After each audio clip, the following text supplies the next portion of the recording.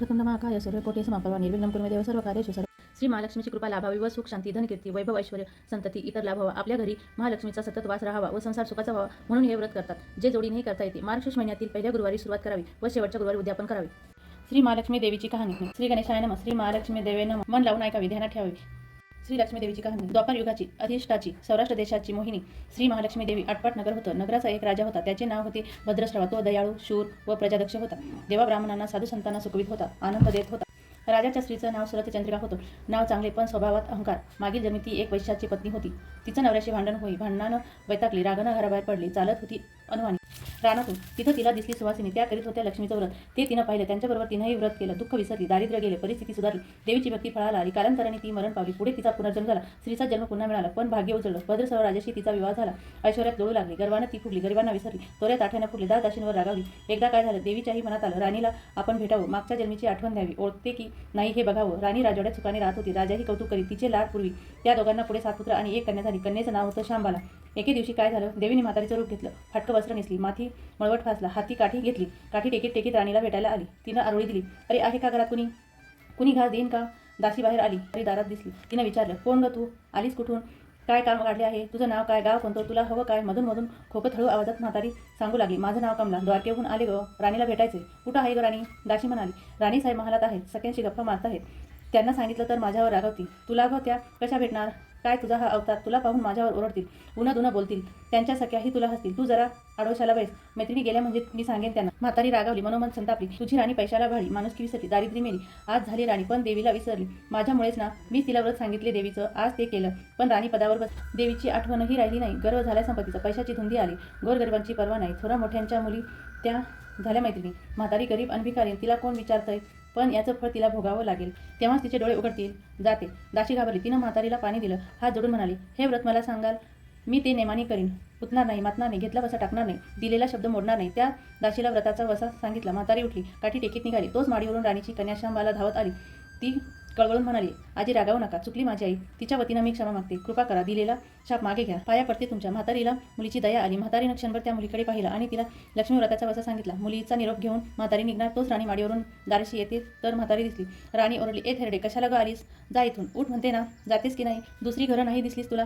म्हातारीने संतापाने गरागरा डोळे फिरवले. कपाळावर आड्या पसरल्या. ती तडकन घराबाहेर पडली. दासीनं व्रत केलं. तिची परिस्थिती सुधारली. दाशी पण गेलं. संसार सुखाचा झाला. पुढे मार्गशीर्ष महिना आला. पहिल्याच गुरुवारी शांबालीनं लक्ष्मी व्रतास सुरुवात केली. सगळे नेमधर्म पाळले. 4 गुरुवारी तिनं लक्ष्मी व्रत केलं. शेवटच्या गुरुवारी यथासांग उद्यापन झालं. सिद्धेश्वर राजाचा पुत्र मालाधर याच्याशी शांबालीचा विवाह झाला. राजवैभवातील शांबालीला राजवैभव मिळाले. हा होता लक्ष्मी व्रताचा प्रवास. सुखा समाधानाने संसार चालू होता. भद्रस्राव व सुरतचंद्रिका राणीचे मात्र भागी फिरले. शत्रूने राजावर चाल केली. भद्रस्रावाचे राज्य लुबाडलं. सुरतचंद्रिकेचे राणीपद गेलं. भद्रस्रावाला वाईट वाटलं. पूर्वीचे दिवस आठवले. रानावनात फिरून राजा राणी कष्टाने दिवस काढत होते. भद्रस्रावाला कन्येला भेटावं वाटले. तो एकटाच निघाला. चालून चालून दमला. नदी काठावर विश्रांतीसाठी थांबला. नदीकडे येताना राजाच्या दासीनं भद्रस्रावाला पाहिलं. घाईघाईने ती राजवाड्यात गेली. राजाला सांगितलं, मालाधरानं माणसं पाठवली, आणायला रथ पाठवला. सासऱ्यांना घरी आणलं. सन्मानानं नवी वस्त्र व कंठहार दिला. शांबाला वडिलांची काळजी घेत होती. काही दिवसांनी राजाला वाटलं, आता परत जावं. जावयाला तसं आणि सांगितलं. मुलीचा निरोप घेतला. जावयानं मोहरा भरलेला हंडा नोकराकडे देऊन राजासोबत पाठवला. राजा घरी परतला. चंद्रिकेला भेटला. हंडा पाहून ती आनंदाने घाईनं तिनं झाकण काढलं. आत बघते तर काय, तिला कोळशीच दिसले. सुरतचंद्रिकेनं कपाळावर हात मारला. नशिबाला दोष दिला. नवऱ्याला सांगितलं. ते ऐकून तोही चकित झाला. दुःख पाठला करीत होते. दारिद्र्य सरत नव्हते. चिंतेचे सावट पसरत होते. काळजीचा वणवा भडकतच होता. सुरतचंद्रिकेचा एक एक दिवस दुःखाचा जात होता. एके दिवशी तिला मुलीला भेटावं, डोळे भरून पाहावं वाटलं. नशिबाचे भोग भोगायचेच आहेत. सुरतचंद्रिका घरून निघाली. मुलीच्या सासरी पोचली. तो दिवस गुरुवारचा होता. नदी तीरावर जरा वेळ बसली. दमली होती. त्याच वेळी एक दासी नदीवर आली. तिनं राणीच्या आईला ओळखलं. घाईनं ती महालात गेली. राणीला निरोप दिला. तुमची आई आली. नदी किनारी बसली. खूप दमलेली दिसली. तिला आणायला कुणीतरी पाठवा. शांबालीनं साथ्यासोबत रथ नदीकडे पाठवलं. आईला घेऊन यायला सांगितलं. आई रथात बसून महालात आली. आईला बघता शांबालीनं आनंदाने मिठी मारली. मुलीचं वैभव पाहून तिचं मन तृप्त झालं. तोंडून शब्द फुटेना. आईनं स्नान केलं. मुलीनं तिला पैठणी दिली. सोन्या मोत्यांचे दागिने दिले. आईचं रूप अधिकच खुललं. दुपारची वेळ झाली. शांबालीनं भक्तिभावानं लक्ष्मीची पूजा केली. आरती झाली. धूप दीपांचा वास दरवळला. शांबालीचा कडकडीत उपास होता. भोजनाची तयारी झाली. तिनं आईला जेवायला बोलावलं. सुरतचंद्रिका पाटावर येऊन बसली. पण ती एकदम शांत होती. तिला मागचा जन्म आठवला. लक्ष्मी देवीच्या कृपेनं या जन्मी ती राणी झाली होती. ती म्हणाली, श्यामा, मी देखील तुझ्यासोबत उपास करेन. श्यामा म्हणाली, ठीक आहे. मार्गशीर्ष महिना होता. मुलीनं 4 गुरुवारी व्रत केलं. ते आईनं पाहिलं. तीही उपास करू लागली. देवीला भक्तिभावानं प्रार्थना करत होती.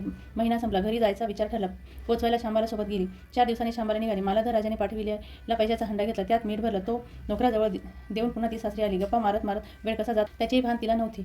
मालाधराने विचारले, माहेरून काय आणलं? श्यामबाईनं सोबत आणलेल्या हंड्याकडे बोट दाखविलं. मालाधरानं उत्सुकतेने झाकण काढलं. त्यात त्याला काय दिसलं? मिठाचे खडे. अगं वेळी, मिठाचे खडे कशाला आणलेस? इथं मिळत नाही. मीठ मिळतं ना, पण हे मीठ माझ्या वडिलांच्या राज्यातलं आहे. वडिलांचे राज्य सौराष्ट्रात होतं. त्या शेजारच्या समुद्राचं आहे हे मीठ. समुद्र तीरावर दूरवर माझ्या वडिलांचं राज्य होतं. आज श्यामबाईच्या सांगण्यातली खोज राजानं घेतली. तो विचारात गुंतला. श्यामबाला म्हणाली, हे मीठ जीवाचं अमृत आहे. अन्नाला चव येते ती मिठानंच. मीठ नसलेला पदार्थ आणि ज्याचं मीठ खावं त्याच्याशी इमानी असावी. त्याचं रक्षण करावं. कामात कसूर झाली तर प्रसंगी प्राणही द्यावे. मालाधर राजा निश्चयानं उठला. त्यानं आपले सेवक सासऱ्याकडे पाठवले. त्यानं बोलावून घेतलं. भद्रश्रवाला काय झालं कळलं नाही. ताबडतोब तो जावयाकडे आला. दोघांची गुप्त बैठक झाली. विचार पक्का ठरला. भद्रश्रवाने अनुमती दिली. मालाधरानं मुख्य सेनापतीला तात्काळ भेटण्यास बोलावलं. सेनापती आले. त्यांनी मालाधराला वंदन केले. आज्ञा करावी महाराज, ते म्हणाले. भद्रश्रवाचं राज्य जिंकलेल्या शत्रूवर ताबडतोब स्वारी करा. प्रत्येक सैनिकाच्या हातावर हंड्याच्या मिठाचा खडा ठेवा. शपथ घेऊन प्रत्येकाला झुंजायला सांगा. राजाची आज्ञा आली तशी सेनापतीने व्यवस्था केली. दुसऱ्या दिवशी सोबत सेना घेऊन बेसावत शत्रूवर चाल केली. शत्रूच्या राज्यावर सारे सैनिक तुटून पडले. मालाधराचे सैन्य बेफान लढत होते. शत्रू सैनिक जमिनीवर कोसळत होते. सूर्य पश्चिमेकडे जात होता. अंधार हळूहळू पसरत होते. शेवटी मालाधराच्या सैन्याने शत्रूचा फडशा पाडला. अपूर्व विजय मिळवला. भद्रश्रवाचं राज्य पुन्हा मिळवलं. मालाधराला व श्यामबाईला ही आनंदाची बातमी सेनापतीने ताबडतोब कळविली. सैनिकांनी शत्रू राज्यातील खजिना लुटला. अफाट संपत्ती मिळाली. तो पोत्यात भरून मालाधराकडे आणली. त्यात सोन्याच्या मोहरा, बरीच नाणी होती आणि शासनाचा साठाही होता. मालाधरानं भद्रश्रवास सूर्यचंद्रिका राणी घेऊन यायला सांगितले. ती आल्यावर घरात आनंदाचं उधाण आलं होतं. तो होता गुरुवार. श्यामबाईने लक्ष्मीव्रताची पूजा केली. आरती झाली. धूपदीपांचा सुगंध दरवला. तिनं व तिच्या आईनं उपवास केला. रात्री देवीची आरती झाली. देवीला नैवेद्य दाखवून सर्वांनी पक्वान्नाचं जेवण केलं. मार्गशीर्ष महिन्यातला हा शेवटचा गुरुवार, लक्ष्मीव्रताचा शेवटचा दिवस, मंगल मुहूर्ताचा दिवस. मालाधरानं भद्रश्रवाचं राज्य त्याच्या स्वाधीन केलं. त्यानं या व्रताची सांगता केली. राजा राणी सौराष्ट्रात आले. सुरतराजगिरीनं पुन्हा लक्ष्मीव्रताचा वसा घेतला. ही अजन्म पाळला. घरची परिस्थिती सुधारली. राजाचे 7 पुत्र दूर देशाहून अचानक घरी आले. त्यांना पाहून आईवडिलांना आनंद झाला. या व्रतामुळे राजा राणी सुखी झाली. दुःखाचे वादळ सरलं. अशी 60 उतराची कहाणी. 5 उतरी सोपळ संपूर्ण. सर्वांनी देवीला वंदन करावं. घर सदैव आनंदित राहावे अशी लक्ष्मी देवीला प्रार्थना करावी. जय देवी, जय देवी, जय महालक्ष्मी. वस्ती व्यापक रूपे तुस्तु लक्ष्मी. करवीर पुरवासिनी, सुरहरमणि माता, पुरहर वरदायिनी, पुरहर प्रियकांता, कमलाकारी, जठी जन्मविला दाता, सहस्रवदिनी भूधर गुणगाता. जय देवी, जय देवी, जय महालक्ष्मी. वस्ती व्यापक रूपे तुस्तु लक्ष्मी. मातुर्लिंग गदा खेटक क्रविकिरणी, झळके हाटक वाटी, पियुष रसपानी, माणिक रसना, सुरंग वसना मृगणयनी, शशिकर वदना राजसमदनाची जननी. जय देवी, जय देवी, जय महालक्ष्मी. वस्ती व्यापक रूपे तुस्तु लक्ष्मी. तारा शक्ती अगम्य शोभजका गौरी, सांख्य मंत्री प्रकृती निर्गुण निजा, गायत्री निज बीजा निगमा रामसारी, प्रकटे पद्मावती निज धर्माचारी. जय देवी, जय देवी, जय महालक्ष्मी. वस्ती व्यापक रूपे तुस्तु लक्ष्मी. अमृत भरिते सरिते अगदुरी ते वारी, मारी दुर्गट असुरा बहुदुस्तरधारी, वारी माया पलट प्रणमत परिवारी, हे रूप चिद्रूप दावी निधारी. जय देवी, जय देवी, जय महालक्ष्मी. वस्ती व्यापक रूपे तुल सुष्मी. प्राणाने कुचित कर्माच्या ओळी दिल्या असतील माते माझे निजवाळी, कुसोनी चरणातळी पदसुमनी टाळी, मुक्तेश्वर नागर श्रीसागर बाळी. जय देवी, जय देवी, जय महालक्ष्मी. वस्ती व्यापक रूपे तुल सुष्मी.